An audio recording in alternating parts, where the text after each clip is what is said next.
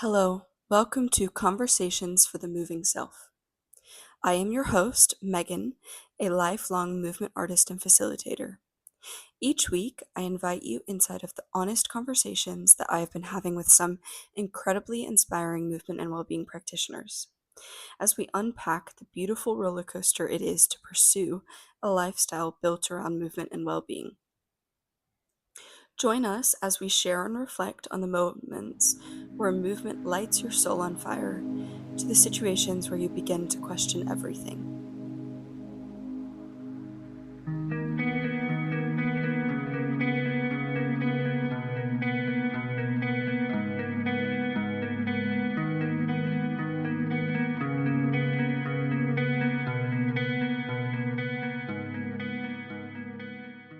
Welcome to Conversations for the Moving Self. Today I have Megan Castro here for episode 15 of season 2, and it's such a pleasure to have Megan here. Megan's originally from South Carolina and currently living in Utah as a professional freelance dancer. She has takes a lot of inspiration from improvisation and exploring her own movement practice, which is actually a huge reason why I was super excited to have Megan on. Uh, I found Megan's Instagram during COVID, and she was creating these movement explorations or sharing these movement explorations on Instagram, and just her consistency and her diligence and uh, like commitment to her practice was super inspiring, but also I think just the honesty and vulnerability that came with that. I personally were latched onto in that time, and still now she's she's still going. Super excited to connect with her, and yeah, just chat about dance, chat about movement, and yeah, thank you so much for joining today, Megan.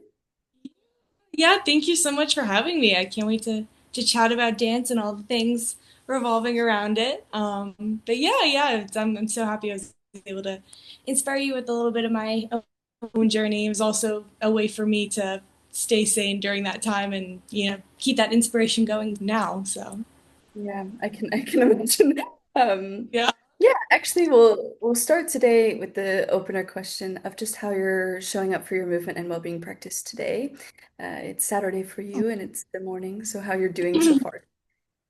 Yeah. So this morning, I listened to my body. I slept as much as I needed today. That's one thing that I noticed as I have gone older. Not that now, but like as I've aged, I've definitely realized how important it is to listen to your body. That's one of the biggest things about my well-being and movement practice today is understanding like what do I need today in order to fulfill me like in the long run. As a younger dancer, I think me as well as a lot of dancers like to just like push. So I'm definitely listening to myself, my body, taking it slower and yeah, fulfilling what I need. Always, doing a little bit of dancing. I think going back to the movement practice, that's something that definitely fulfills me every day, even if it's something small or even if I don't end up recording it, it's just a little jig in my room, then it's nice for me to kind of express creativity in some sort of way. Yeah. Oh, thank you for sharing. Yeah, and to just have that small moment of like, oh, actually, how am I feeling? Because I think, yeah, when we're already moving so much, a lot of times for me at least, the second I start like dancing or moving my body, it's easier to tune into what's actually going on instead of just sticking to maybe the schedule and not listening. Um, Exactly. Instead of just pushing it through and then yeah, I think that's why it's really cool too to like have your own movement practice, whether you are like a dancer in a company or you do like lots of classes. I think it is so important to take time, even if it's just like for 5 minutes, to just like do a little check-in and being like, okay, like how am I feeling today? How does movement feel? Like and a lot of times too, the movement, like doing that for yourself, I feel like can reignite something. It's like a new, to refreshes you a little bit. yeah, yeah, definitely. Thank you so Yeah. much for sharing. As we Yeah. head a little bit more into the episode, I thought it would be nice just for the listeners to hear a bit more about your journey into movement, into dance, and what led you to where you are now. Yeah, yeah, of course. So, yeah, starting back from when I first found movement, yeah, whenever I was really young, my parents put me into dance class. So I was taking classes, nothing like serious, obviously. It was something I always went back to, always really enjoyed. I liked the challenge of it. I tried so many other things. Like I did lots of different sports, like I did like soccer, basketball, things like this, and it was always dance that I really always came back to. I look back at old videos of me dancing, and it was so funny because I was such a shy person as a kid, and then when I went on stage, it was like totally different person. I was like, it's a new aura. So that was really cool to like now reflect back on that. But yeah, no. As I got older, I just continued practicing it. I I am from like a smaller town, so like originally, and I didn't really have like a ton of access to like elite level like what you would get in a really big city, or like yeah, really professional training, which I want to talk about too because it's actually I found that it helped me not having so much pressure. I think, yeah, all that information and like you need to be this. And by the time I went to university, I went to school for dance and I was coming in with fresh eyes, like a sponge. I just wanted to absorb all the information because it was so new to me and it was still like I was like primed just enough to be able to take it all in. Whereas a lot of my classmates had come from a little bit more of that training. And I felt like, I'm not speaking on their behalf, but I do feel like I saw a sense of burnout, a bit of like they'd done all this before and it was becoming too much. Um, yeah, and I think being able to go from very recreational type of dancing and just like trying all different styles, hip hop, tap, ballet, jazz, like all the things, and then going into conservatory, studying contemporary, learning about all that, it really influenced the way I almost created my own movement style because I felt like I was able to pull from like every single category that I learned about.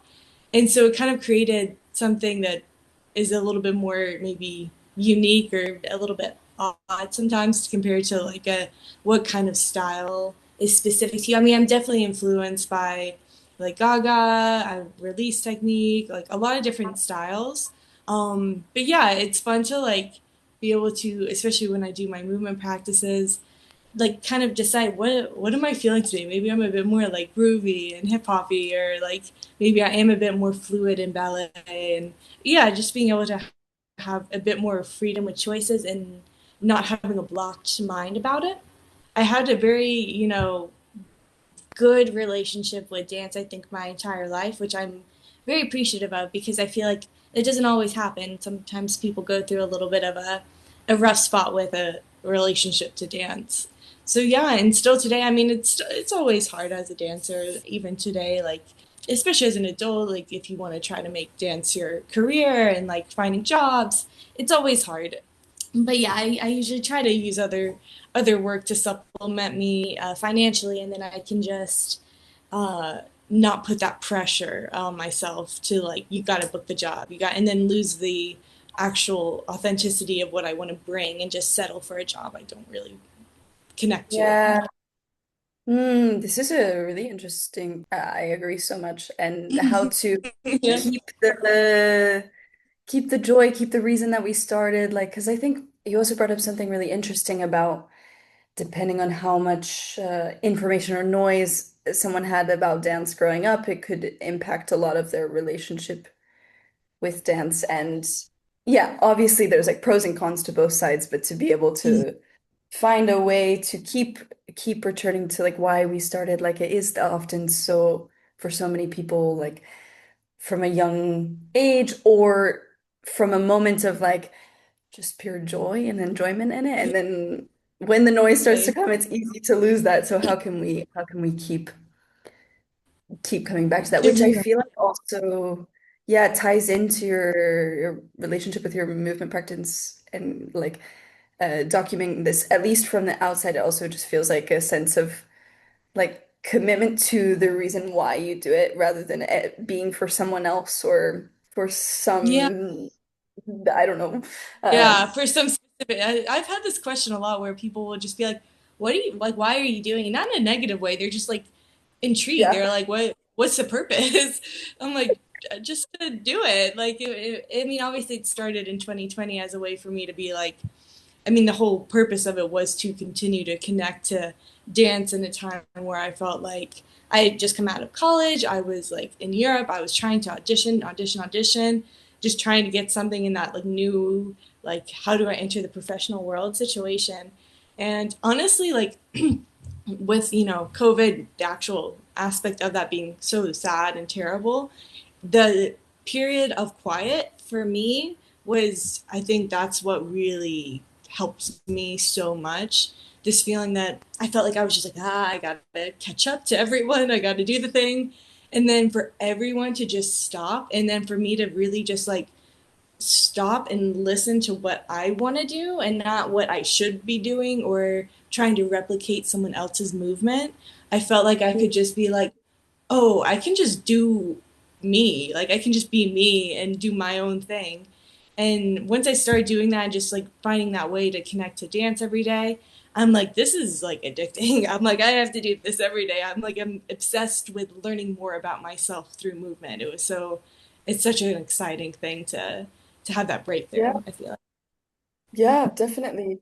And the this thing around COVID almost creating space, I think a lot of people relate to this situation where like there was more space for us to listen and there was less pressure, maybe more like forgiveness almost like societally, but then that actually just turned into like more compassion and like Yeah, ability to go it's like what is actually here and what's already existing that we can allow to highlight and to kind of give more space and support to.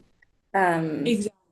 Yeah, yeah, definitely. Having that quiet, I think it really does like make you reevaluate like what it is we're doing, because it's like there's no other time in the world where everyone just stops. Like I mean, like you can do things online and stuff, but it's just it really takes a moment. It almost is like a reset of being like, wait, what are we doing? Like let's like reevaluate our way we definitely. function as a society, the pressures we put on ourselves. It's yeah. Hmm, interesting. Maybe it's useful to share. I because I've been following along a little bit on your movement documentation over the years. Maybe it's useful to share a bit about where that started, what exactly it looks like, has looked like over the years, and how it looks like now. Um, yeah. Yeah, definitely. So yeah, like as I was saying, I started doing it in 2020. The exact day was March 17th, 2020. I remember it was because well, like I said, I was in Europe. COVID started happening. I came back home. Yeah, this was really in a time whenever I was, again, like still new. I didn't have any specific job. I was just trying to get out there. So yeah, so I actually started because my the title of my practice is movement journal entry da da da, and it started off as I had gotten home, so I had to quarantine obviously. So it started off as actually as quarantine day one, and I did that for I was gonna just do it for 2 weeks. I was just gonna like the videos were very low quality too. Like it was just like me in our kitchen, just like finding space to like dance in the space that we had. And just like, yeah, just exploring. When I started, I was just kind of videoing myself for like, 20, 30 minutes. And then I would just take a little clip of it, just one video, and post it and just be like, I want to hold myself accountable to staying with my dance practice every day. And because I'd found in the past, like whenever I was in university, if I wasn't doing a program or anything specifically lined up for me, like class, I could easily slip into not doing it. And it was like not having a routine. I think it was the young mindset for me of like not having a routine and not having someone tell me to do it. I wouldn't do it. Even if I loved it, I just wouldn't do it. And I think that was a good switch for me to realize I'm now the one that needs to make it happen. I don't have a program to tell me what to do. And so it was a very like, you have to do this yourself, but also a fantastic realization that I had at the same time of being like, oh, I can do anything and no one's going to tell me, no, today you need to do ballet, or no, today you need to dance like this, or you need to do a floor work warm up even if your spine is not ready for it. And it was like a moment of being like, wow, I could just do me. So it was great. So I started this every day, just taking some time out of the day. Usually it was about like I said, 20, 30 minutes. I did this for like the quarantine day one, two, three. I did that for 100 days. And I did that up until June 25th. I know that because that's my brother's birthday. And then on that day, I guess that was the 100th day, I switched and I was like, okay, I can't keep doing quarantine day this. It's like my quarantine is over. So I thought of an idea and I was like, I should just change this to a different title. So I changed it to Movement Journal. And I started off doing this as I had kind of had a specific format of how I recorded. I would film myself. It'd just be very like dance, one video, maybe two videos. That was it. So I wanted to do movement journal as a way to expand the idea of, because I limited myself to just like a dance little clip. So I was like, well, maybe I can use this as a way to explore other ways to create movement online. So whether it be using like props or inspiration from like fabric or the nature, or finally eventually using the outside, which I started to love to do, using um, an outdoor landscape to record the videos. And yeah, and I just started continuing on that. Eventually I got a few jobs, so I had to leave, and it was very interesting bringing that movement journal practice with me, figuring out how something that I started from a secluded, have nothing else to do place, how I could integrate that into an actual, like, going to a job every day and doing a dance practice. A lot of people ask me, like, are you going to continue doing that after this all kind of subsides?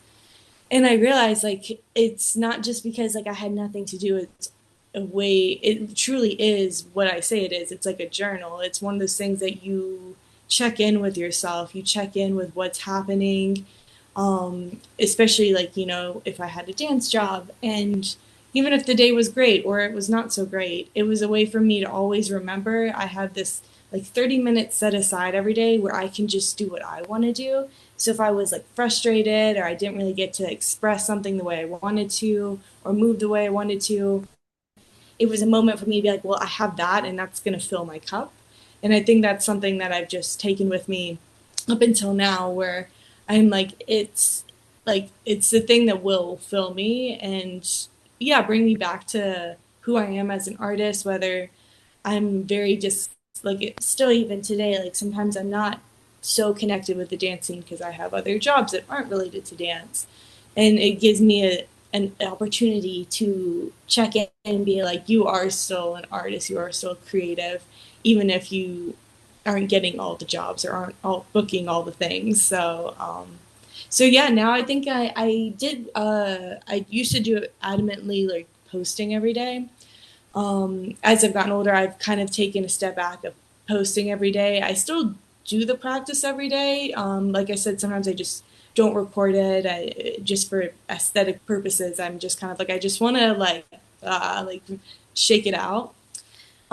So I've leaned back a bit on that, but yeah, I think I'm at 1,300 and something. So, which I guess is like technically 1,400 since I didn't do the quarantine ones, but so it's definitely been a long journey. But yeah, I think people have also asked me like, well, like, why are you gonna stop it ever? I'm like, I don't know, I don't think so. I'm like, it's like I'll still be doing it, so I'm like, I guess I might as well share it. So I enjoy it. So it's a Yeah. nice way for me to also look back on my own journey as a dancer. I'm like, I get to see like when things like I had like light bulbs go off, or when something changed for me, or when I started relaxing into my own style. Like I could see the shift of me replicating techniques that I learned through the past, and then I could start seeing the shift into like my own thing, like creating something of my own, which was really cool. Yeah. Thank you so much for sharing. It's super interesting. And I think especially with something that's it's a long journey that you've been on. Like obviously dance has been a long journey in your life, but I think especially with being able to document it and for like I think what from the outside I really admire is it feels like something really for you, but equally is being shared with other people, which I think is a hard balance to find on social media a lot of times. Oh Uh, yeah, and it definitely is. I yeah. think that's why first I was like really not wanting to post stuff. Because before I started all this, I was not a social media person. I had like 300 friends, like followers, maybe.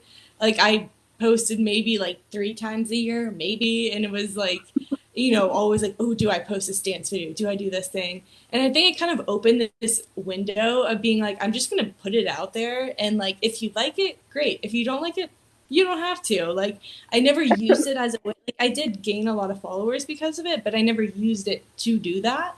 And I think that's why I've just kept the same authenticity of just doing it for myself. And if you want to see it, then that's fantastic. And I love to share it. But like, I was never really into using like, I still don't. I don't use like hashtags or I don't really do anything to help myself, like to grow it, I guess. I'm like, well, if people find it, that's great. Yeah. Yeah. It feels uh really um like a little what's the word? Like an incubator. I was like, what's that word? Ah, Like yes. for your movement practice, like Yeah. in the best way. And I think, yeah, something that it made me think of as you were speaking was I've had a lot of conversations with friends who aren't dancers over the years because I have like too many Instagram accounts. And they were like, Yeah. why do you have so many? And I was like, well, one's like my dance account, and one's my personal account, and then one's the podcast. But they're kind of all just like my own organization of my thoughts rather than Yeah. anything else. Like Yeah. they started at one point in a different way, and it was like maybe to push trying to make something of social media. But now, I rarely use the one like the personal one, and the dance one is really just uh, for me to have like almost like a little scrapbook It online. is. It's so true. Yeah, Yeah. it's like your own little portfolio almost, and it's a nice way to like have a documentation of all the things you're doing all in one space, and yeah, it's really cool way to use it. Hmm. I also, as you were speaking, have like this super random question, but how Yeah. do you keep all of the like long videos? Yeah. Like, I was thinking So like I storage space wise. so I have a problem with this. So yeah, I used to be really good about making sure everything was really organized in my phone, in my folders. Because like I'll have the long video and then I'll like cut it into clips, so then I'll have like 5 extra videos on top of that. And then like I said, as later as I start posting less than like not every single day. Sometimes I change around when I post what video. So I might post something from like today, I might post something from like October 20th, and then the next day I might post something from November 15th, just because of like the way the layout is or what I'm feeling that I want to share that day. I have like kind of a backlog of some things, of just movement journals I've taken. I have like I think like 9 different times on my phone now, just as because I post every like 2 or 3 days. But anyways, as far as the videos, they're all on my phone. So I could tell you now how many things I have on here. But the thing is, I put them on flash drives and stuff. But the problem is, I want to like when I do that, I want to organize it so that it's in consecutive order. And because I started jumping around, it started to become much more difficult. So I got up to like I think like 1,000, like maybe less than that, maybe like more like 800 video. And I was like, I think I just stopped. I was like, I can't do this. And then like probably a moment will come in like maybe a month, maybe a year where I'll get the motivation again and try to organize it. So I just kind of took it upon myself to be like, paying for extra storage on your phone is just going to be a part of this process. So I just, because I have, let's see, 19,000 videos on my phone, Yeah. just from, I mean, obviously, there's some other things included as Yes, of well. course. But yeah, I just kind of like had to be like, there is always a part of me too, though, that I'm like, man, what if like my Instagram goes down, or what if like my phone crashes and it's all gone? And I've kind of like just had to just like I do try to, yeah, I'm like, you know what? If it happens, that's what it is. Because I can't stress about it because I don't know if it will happen. Yeah, I try to yeah. do my best to document it and to back things up and to have it there. But yeah, I'm like I can't worry about it too much. So I pay for my storage and fingers Yeah. crossed it stays. So Yeah, yeah, definitely. No, I was, as you're speaking, I was like, oh my gosh, but I already feel like I'm always running out of storage also. And yeah, I haven't been documenting my practice as much, like over anywhere near this much, you know? And so I was like, yeah, wow, imagine the dilemma there and the yeah, decision making. And for sure. yeah, Because I was at a point where I'm like, well, I'll just go and scroll back, and I'll spend like 2 hours just trying to delete stuff like that's unnecessary. And then got to a point where I'm like, I don't have time for this. I'm yeah, just gonna pay it's for also extra a job storage. in itself. Like, It is. That's one of the things I always joke about is whenever I'm on airplanes and I just get bored, especially if it's a long haul flight, that's what I'll do for like a few hours. I'll just go and like organize things, which is a good use of time, I guess. But yeah, um, exactly. Like when we can't do anything else, why not? yeah, exactly. It's that same feeling of like with COVID. It's like, well, I can't do anything else, so I might as well do this. Yeah. But yeah, it is funny though because I'm not very like fancy with my setup. I literally just use my phone for recording, and then I don't even have a tripod. I should get one. I just use a water bottle every Yeah. time to just prop my Perfect. phone up, and it works. Like it's easy. I don't have to worry about like if I'm traveling, like oh I have to bring all the equipment. Like I just need my water bottle and my phone and somewhere. Yeah, So yeah, some space. Yeah, definitely.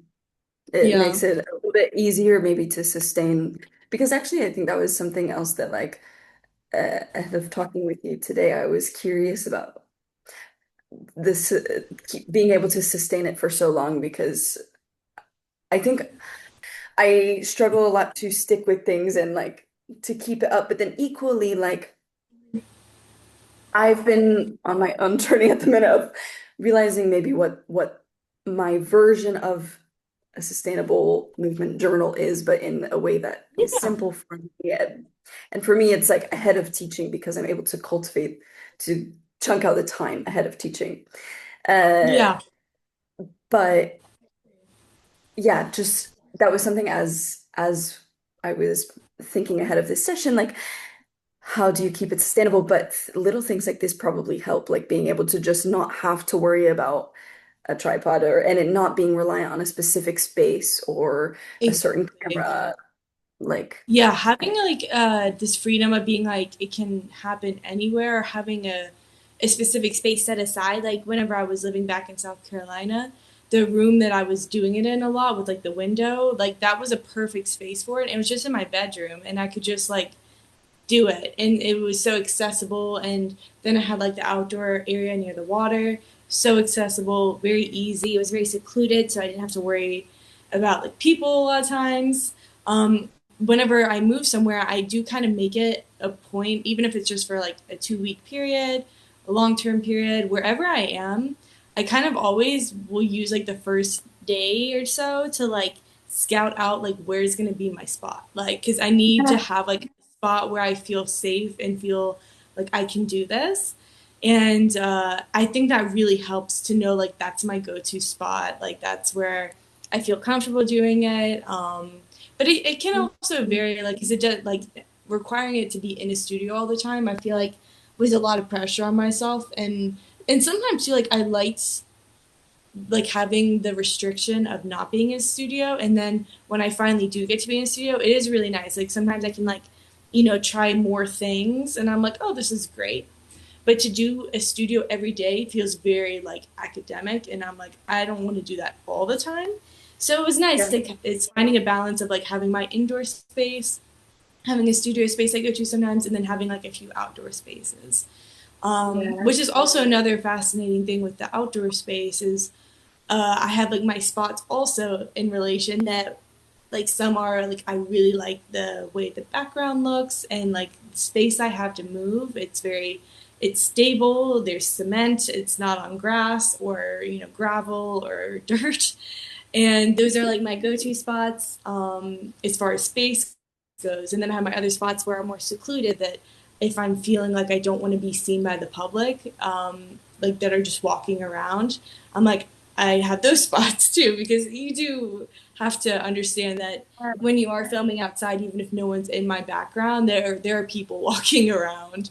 And Oh it's a yeah. vulnerable thing to be like, I'm just gonna do this thing and it's definitely a mindset. Like before I go into it, I'm like, I'm going to be seen doing this, and that's fine. Like that's okay. Yeah. Like It's okay. Yeah. no one, and no one's mad at me. I'm like, that's the thing. I'm like, no one's mad at me for doing this. They might No. just be like intrigued. Maybe one or two people will think like, what is she doing? But that's like most of the time, everyone's like, wow, that's so cool. I'm like, yeah, Yeah, yeah. Yeah, exactly. But I really like what you said about like that you just gotta that you have little different versions of the space to be able yeah, to kind of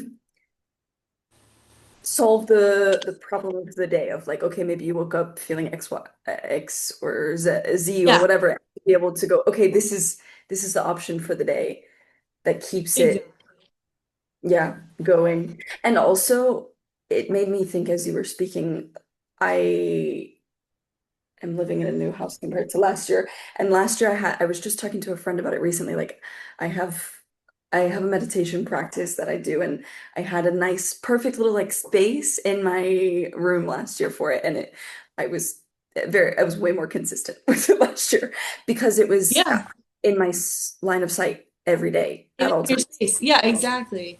It's And so true. Like I'm in the same situation now where I am now, like I try to create a space in my room that is very conducive to being a space for dancing.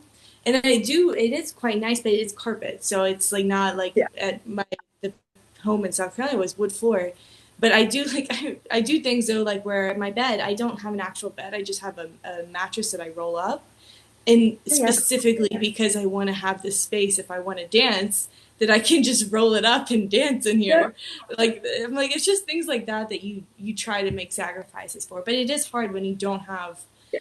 a spot that you feel as like it feels because it could be a good space, but it could not have the right energy still at the same time of like Yes, this yes. creative, mindful space. So Yeah, which actually then brings me back to this thought of like when you maybe don't want to be perceived and what that can add and also can change in your movement, like in the videos where we can't see, but there's people walking by. Like I know I was living in London for a few years and I would do different movement practices over the years in parks and stuff. And I mean, obviously in any park there's people walking around, but sometimes there were yeah, so many.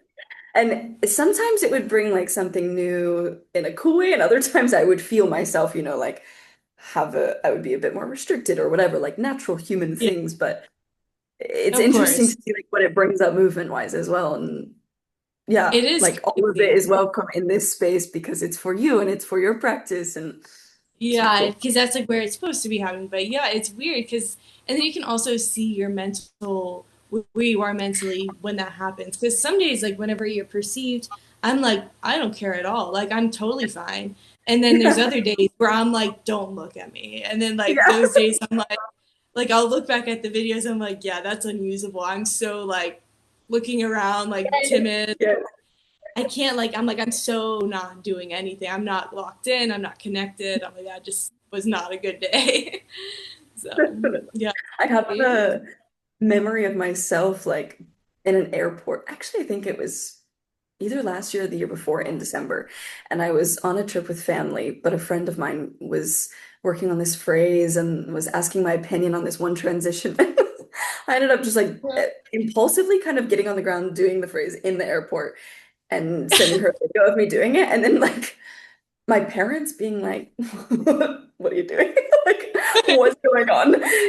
But it was like Exactly. that day, it didn't bother me at all. And then, but if it was a different time, I could have fully, been like, "I am not doing that. She has to leave." So Yeah. I go home, like, but it's yeah, Exactly. It totally just depends. Like sometimes you're just like, yeah, like that's fine.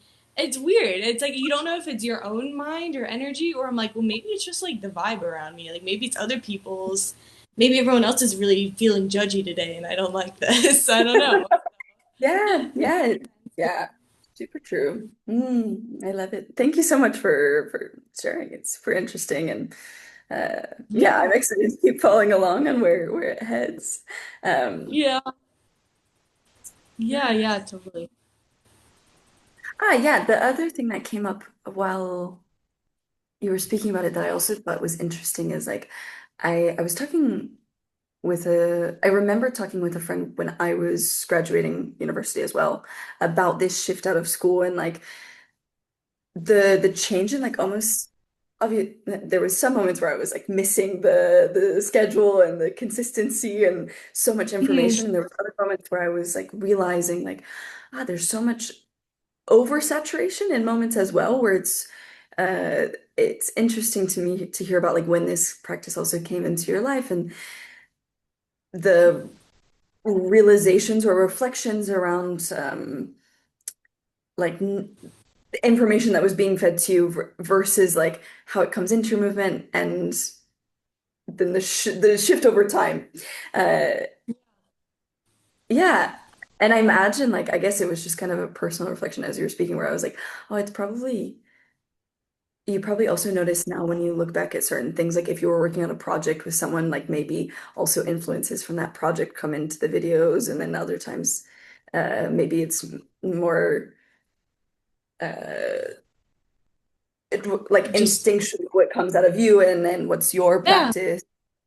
It's Yeah. very interesting. Yeah, I notice this all the time whenever I work with like a specific choreographer.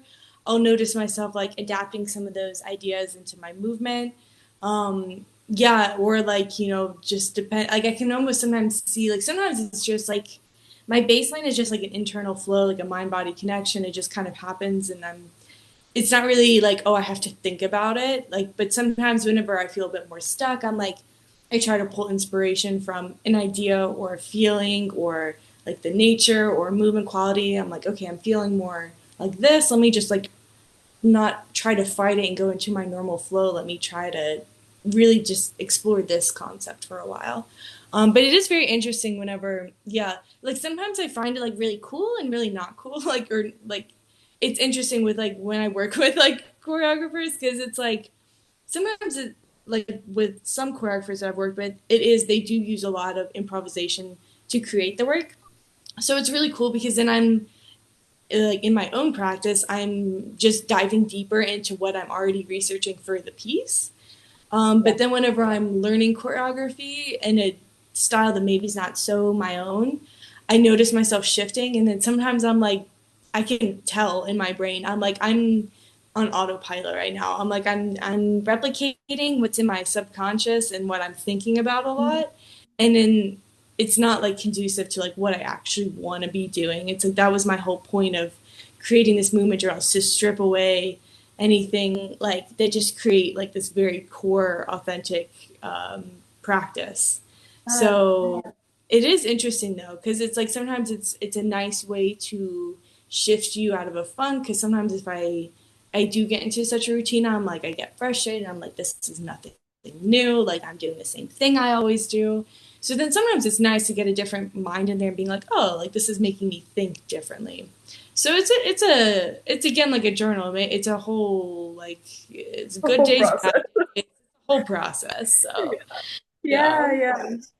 Yeah, yeah. No, it makes so much sense. I relate so much. yeah, yeah. Totally, Yeah, yeah. And it's also yeah. interesting too for myself when I'm creating choreography, where like that inspiration comes from. Like if I have been working with someone, like noticing like the whole intertextuality of being like, oh my god, I totally just use that from someone else, and it's really for me whenever I create choreography. I think it's so important for me to take time away from other influences so I can really use my own practice to get down to the core of like what am I wanting to put out there and not just recreate something that I've seen or like a technique per se. Like I don't really love creating things that look like a dance technique on stage. So I Yeah, think it's nice for me to really dive into my own practice first. Yeah, super interesting. That was actually something that I was also curious in hearing a bit more about, like the relationship between the movement journals and your choreographic process, because I was saying to you before the episode that I had watched one of your pieces online called The Position of Thought, and it's a lot to do with like mental processes and like the inner workings of our brain and I was curious, like Yeah. I imagine there's a lot of relationship there because the movement journal is so also intertwined with like who we are as a human, what's going on inside. So yeah, maybe that's it. Yeah. Let's hear a bit more about it if you're willing to share. Yeah, yeah, definitely. Yeah, all the pieces I've like pretty much ever created, I feel like I have a theme that is always connected to like the human condition, mind, body connections. I think it's because like you as just with as dancers, you can start judging yourself and be like, oh, I should be creating something like this, something like this. But all of my choreography really comes from a place that is like most connected, something that I can really relate to. Um, so yeah, when it goes into choreography, I really do take a lot from what I'm doing with my movement journals. Usually, if I'm like creating the movement, I, kind of start developing a concept, an idea, something that's really prevalent in my life at that moment. And most of the time, it's like I'll just start moving and then record it and then learn my improvisation or like take bits and pieces. But a lot of times too, like I usually start a choreographic process listening to music, so just thinking about something that like what's gonna spark something like an idea, and then kind of just going from there and start developing like layering and layering and layering. So yeah, so I'll use like a lot of my own movement practice, as well as the dancers I work with. I like to let them also do the same thing, do their own movement practice. And one of the things that I really appreciate my university for is we'd always have composition classes where we do these things where you see movement and you try to connect it to each other. And I love doing this. It's like a puzzle where you just watch your dancers in the same like flow state, and then you can like record it, remember it, and then like put it together. And it's like it's so beautiful to find those connections. Um, so yeah, so I really like to work in this way, but I feel like every time I've created something or like been commissioned to create something, it's always been a short period of time. So I've definitely gotten to a way of working where I go in with a plan because the way I choreograph is usually very detailed and very music specific and can be a bit overwhelming. So I go in very prepared, like I have a plan. Because usually I only get about like 10 days to a week for all of the pieces. So I usually like to go into it with a plan, but I am fascinated for myself in the future, a question of being like, what if I was given like 3 months to create something? Like I'm very curious about how I would approach it because I'm so used to doing this, like pushing it out situation. My God. Um, so I find I'm reflecting on it, being like, okay, would it be a positive or negative thing? Because sometimes that restriction of time really does make you not second guess anything that I'm creating, and I just like will create it, and it's good, and I'm not trying to tweak it and like be like, oh, this could be changed, and I'm like, it's maybe it's unnecessary to do that. Yeah. Um, so it's cool. It's like when you create like that, it again brings about this authenticity of like a raw slate of what your original idea was, which is interesting. Yeah. Yeah.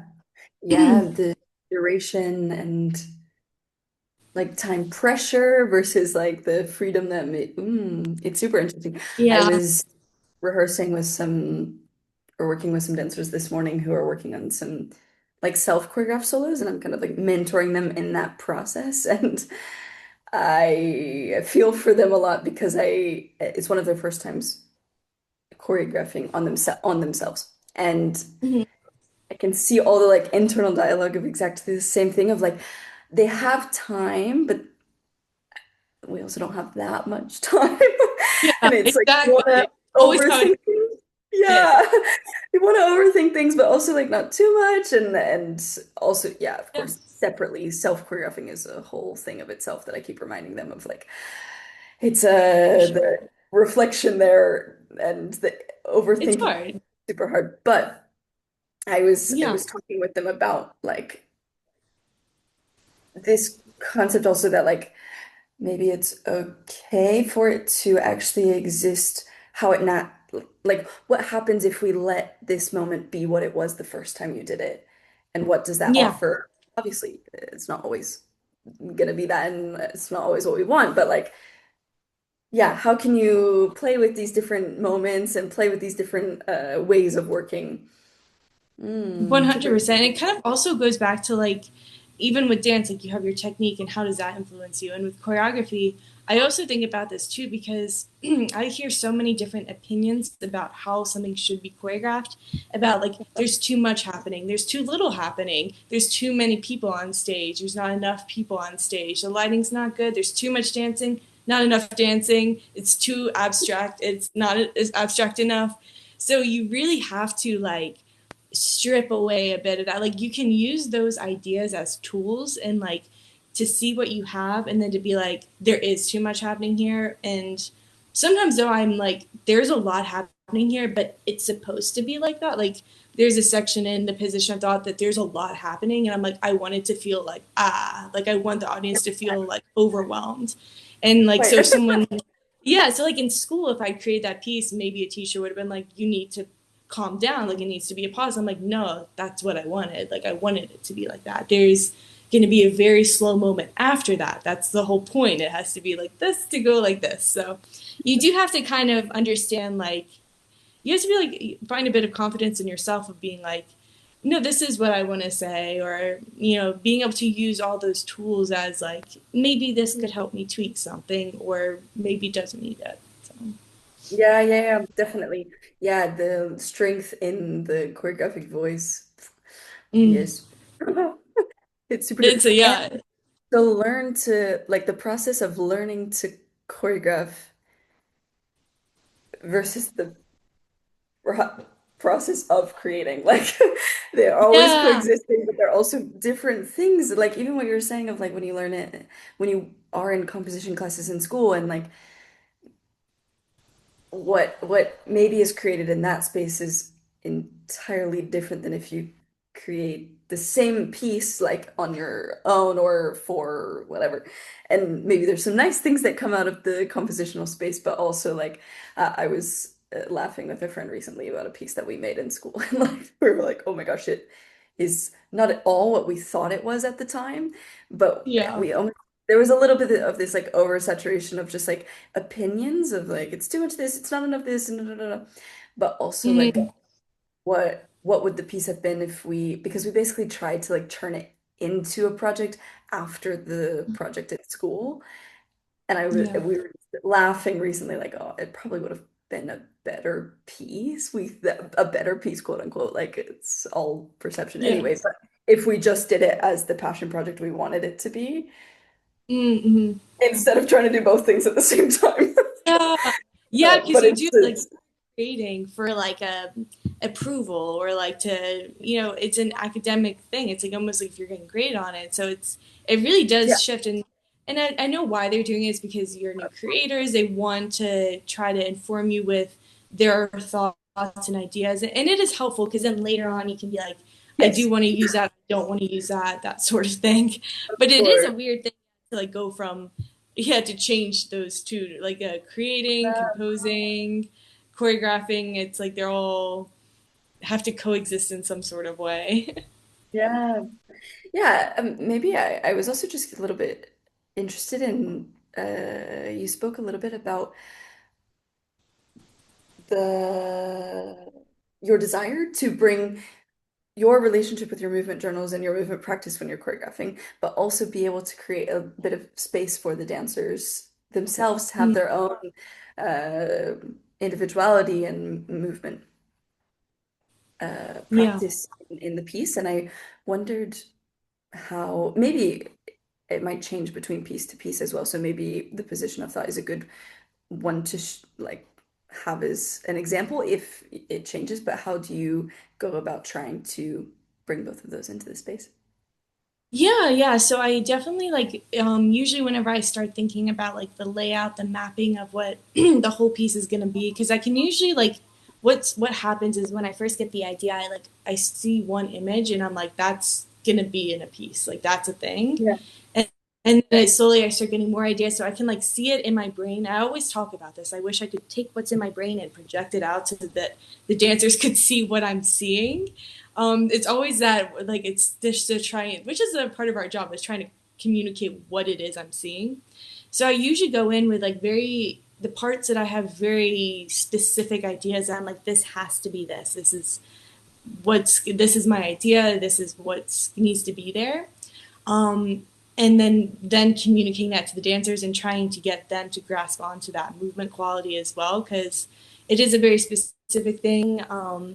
It's like I do with the way I create and move, it's a way that I try to really and rewire their brains to um, think more about the initiations, think more about what's happening inside versus replicating what I'm doing. Because it's like it might look a little bit different for everyone, but I'm like, it's not like doing this, it's like the feeling of it. And it's so cool to see them grasp onto that. So I think they enjoy learning my practice and learning the way I create. But then with everything, I've been in so many pieces where you're just like forced to duplicate this choreographer. So I like as a creator, like I can only think of so many things. So I'm like, I think it's so important to allow them to have a voice and to put themselves into what their perception of what I'm thinking is because it's really cool because they're not just creating movement. They're seeing what we're doing, seeing the concept, and then perceiving their ideas off of what is my original idea. So I think that's really cool. And then for me as a choreographer, like with the position of thought, like the first section is like all my stuff, and then there's a middle section. There's like a duet that happens, and then like a lot of little clumps and around the space.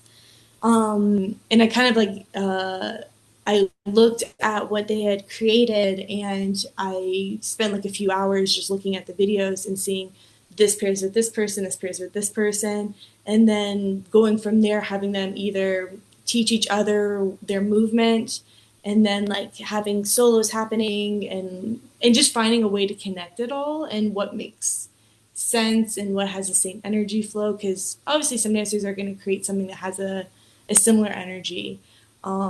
So yeah, so like going from there and either creating like unison stuff, duets, stuff like that. It's and yeah, I usually pretty much in all my pieces, I always have one section that is like that's like I'm like that's the dancer movement section where I they create and then I compose it together and solve Yeah. the puzzle of it all. Because I think Yeah. there is that fine balance of that because I know there are some people too who like we'll create a piece and it's like the dancers at the end feel like our name should also be on the choreographer thing because all they did was choreograph and I'm like you got to find that balance like you want them to have a voice and to be creative but like in the end if you're going to be taking the choreographic credit you need to create the thing. You So, also. Yeah, yeah. yeah, definitely. Yeah, I like what I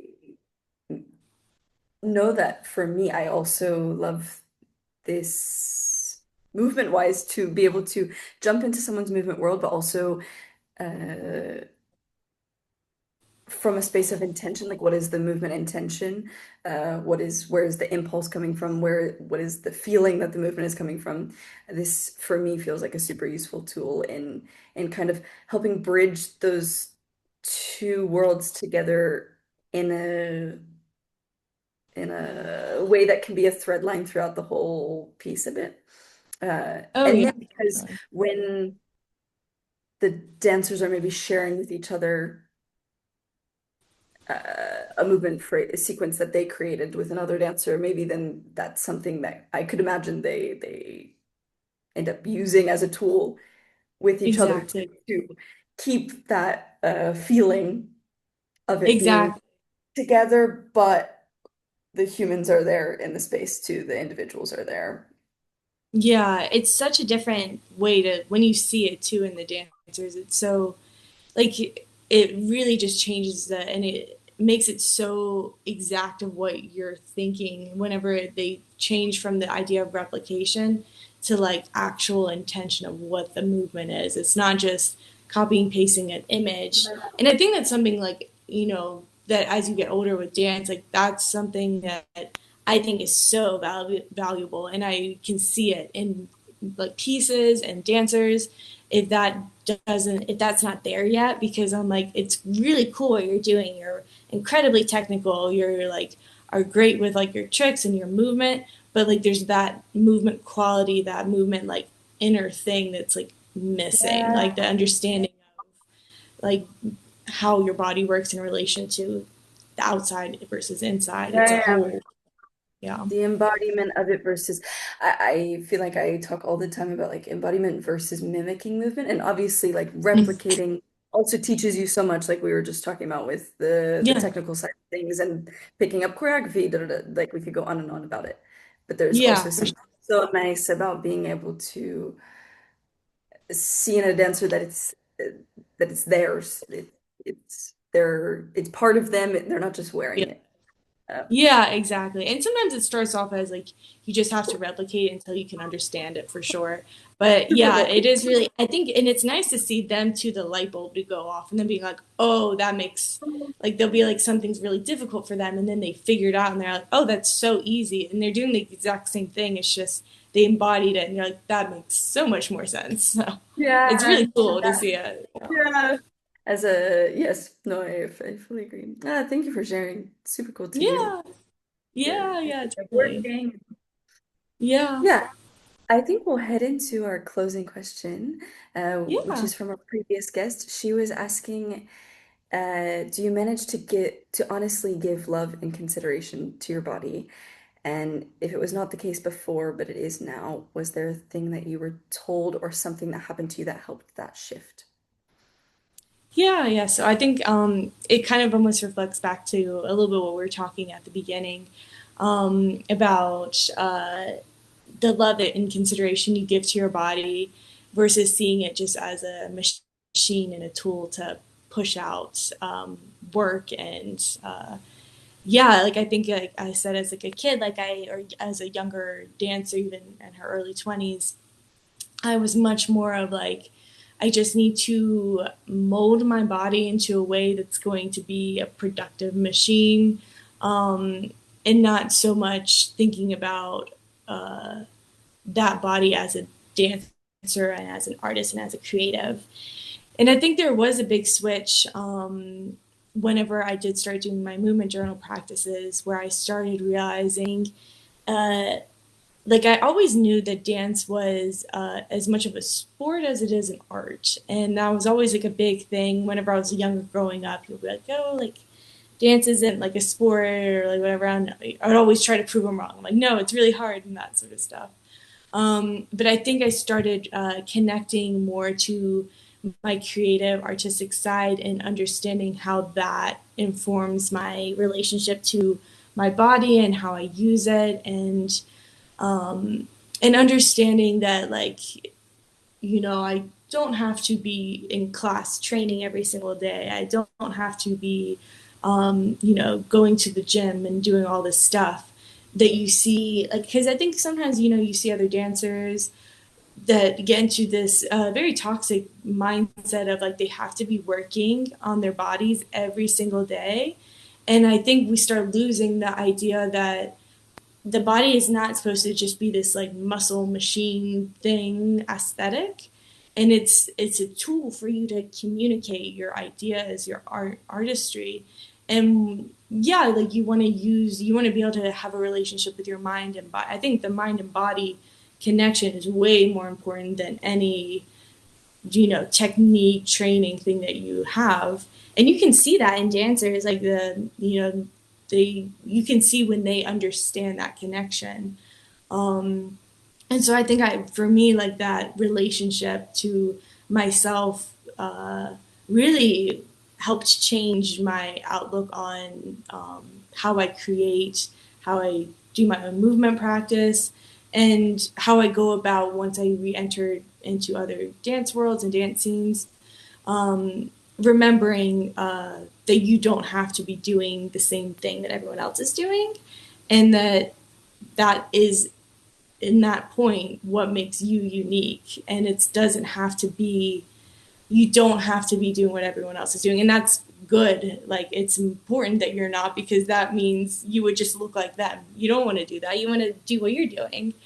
So I think yeah, and it can be hard too, because you see other people and you're like, oh, I should be doing that, I should be doing this. But yeah, always trying to remind yourself of what you're doing is what you need. And I think, yeah, that's what really has shifted over the past few years for me, and just helped me develop a better relationship with my mind and body, for sure. Yeah, yeah. Thank you so much for sharing. It's yeah, I like hands up. Yes. Support. I agree with Yes. everything you said. Yes, Um, totally. yeah, it's so true though, like our especially when we want to take it for when we want to have a relationship to a movement practice for a long time, like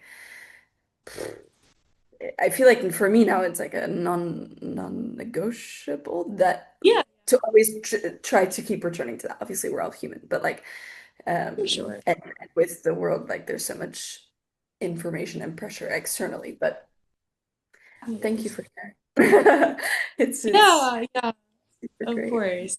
And that's the only way to sustain it, like you're saying. Like, I think the knowing what you need and what you are doing as an artist, like I can't imagine not having art and dance a part of my life. But I think if I had a relationship to it in a way that is like how maybe I did whenever I was younger, I don't think I could sustain it ever. It wouldn't be what it is. It'd be like a sport. It'd be a thing I got to do. But yeah, Yeah. now it's like a part of me, like it's something that is just, it's like create, like people talk about, well, as a dancer, what if you get injured? And I'm like, well, it will still be in me. Like, I'll still be, if I have no limbs, I will be doing this. Like, it's a part of your soul. It's not a aesthetic, I guess, so much. Yeah. Yeah, yeah, definitely. Definitely. Mm, okay. Yeah, I feel so many like dance. I know. It's like, Um, oh, I love it. Thank you so much for sharing with so much generosity about so many sides of your practice and for your Yeah. time and energy. And for the listeners, if you would like to hear Megan talk about anything more or like have any questions or anything, please put it in the comments below. Uh, Episodes will be dropped on Saturdays and new guests will be announced on Tuesdays. So thank you so much from Conversations for the Myth Self and Megan. Thank you so much for listening to this episode of Season 2 of Conversations for the Moving Self. If you've been here since the beginning, thank you so much for tuning in again. And if you're just joining now in the past couple episodes, I really wanted to say a big thank you for taking some time to listen, to hear these incredible conversations with some really important people to me. This podcast is a passion project and something I feel really, really excited about, but we can only continue to do it with your support. I invite you to follow, subscribe, like, and comment. Please share the podcast with any other listeners that you think might be interested. And if you have any reflections, please, please, please comment them down below.